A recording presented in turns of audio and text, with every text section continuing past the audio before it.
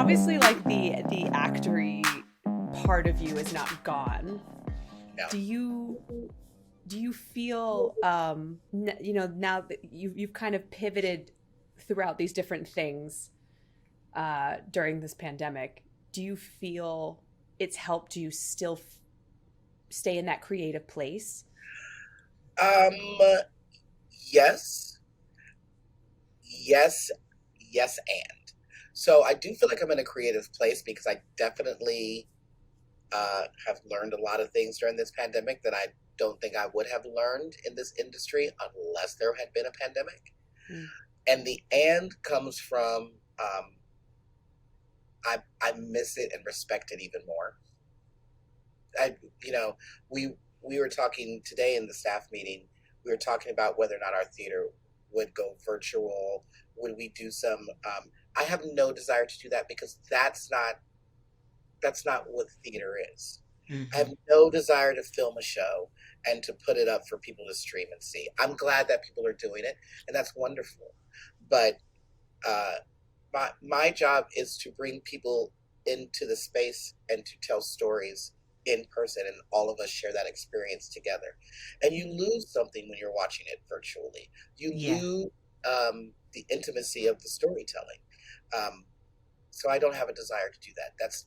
I don't think that's not a trajectory that has been given to me from above. You're right. You do miss it. I didn't have the opportunity to see Hamilton, of course, in live, but I saw Disney Plus, and although I could hear the audience, and although it was still an amazing show, but man, it'd have been even more powerful, and I would have been more obsessed if I would have saw it in person. Absolutely. I, I want to breathe the same air as the actors, and I want to live in the same moment as them. I mean, I don't want to breathe their COVID air. 6 feet away. I want to. I mean, I'm vaccinated, but still, I don't trust it. Yeah, but that is the theater, and thank you for saying that, because that's kind of been where even me and Megan have discussed it on other episodes of, okay, does because of the pandemic, does the future of theater change? Does it become more this and this and that?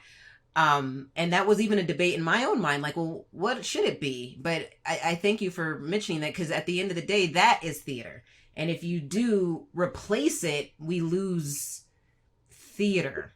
Then it just becomes Then everybody should just do film and television. I mean, there are exactly. different mediums for a reason, and I'm not saying that there should never been a blendship. I'm not saying that, but listen, they tried to get rid of theater during the WPA. The Yeah. theater has been around forever. It's not going anywhere. She's just on a pause. That's all. And I'm gonna wait till she come back. She's coming around the corner. She'll I be can't- coming around the mountain when she comes. Uh, Yes. I don't know why that busted out in me, but that came out. Do you have any kind of final thoughts or words of wisdom you would want to impress upon those creatives, those artists that are feeling a little stuck, that are worried about their theaters, or that are worried about how to pivot creatively? It's funny because I was just talking to my class about this because we're in finals right now. And a lot of them are worried about the industry, and some of them are auditioning now when they should be waiting till the end of the program. And for the past 2 weeks, I've been sharing with them um, Billy Porter's 7 Ways to Success. Mm. And one that sticks with me that we've written on the whiteboard board and been talking about for 2 weeks is always, well, two of them. Never wait for permission to practice your art. Mm. Never wait. You should always be practicing it. And Billy says, some you should be practicing all the time. And most of the time people won't listen, but you'll be ready when they do. And the second one is always bet on yourself. Always bet on yourself. Always, and I think those two go hand in hand. So I think that would be my advice, is to coin someone else's advice, because I think that's what I use personally. And I think before I heard it put into words, that's how I live my life. and not in a selfish sense, but you have confidence in, I know I can do these things, and I know that I do it well, so I'm going to do it. Mhm. So yeah, always practice your art, bet on yourself. Thank you, Kenney. Yes. You're awesome. And I know that you have a couple things that you have been doing virtually since the pandemic started. Would you like to plug those things right now? So it's serial comedy, serial political. My best friend Yvette Clark and myself have a podcast called They Said What? Spelled W, yes, spelled WHA question mark exclamation point question mark exclamation point. So basically, we take the week's political events that have happened and we break them down because Yvette's from Brooklyn. I hate to use the word hood, but Yvette's from Brooklyn and has lived in the streets, and I grew up in Fresno, California, on the block before the streets. I was too scared to be a part of the streets, but and some people would have had a big surprise when they tried to step to me. Oh my God, I think he's gay. I think you're right. I can't be here today.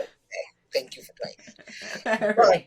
So we take the political events and we put them in terms as if Kenney and Yvette would say them, as opposed to the giant words on CNN, and we just talk. We talk about it like real people would talk about it. Oh, Sometimes how much fun! it turns out funny. Most of the time, it's funny because most of the time we're mad. Yes, I was about to say, oh my goodness, that would be a very fun one to get on. Oh my goodness, all the opinions that would come out. It's I consider great. this an official invitation. It is. It's hysterical. I highly recommend it. I've listened to it. I love it. I think it's fantastic. I subscribe to it. It's great. Oh And my by goodness. the way, the two of you have been doing wonderful on this podcast too. I've been listening. Oh, Thank you. Thank you So so wonderful. much. thank you. Kenney M. Green, thank you so much for your time. Thank you for being here on this podcast with us. We have so enjoyed listening to you and getting your thoughts and hearing your experiences. It's just been such a joy and a pleasure to talk to you again. Thank you so much for having me. Mwah. Mwah.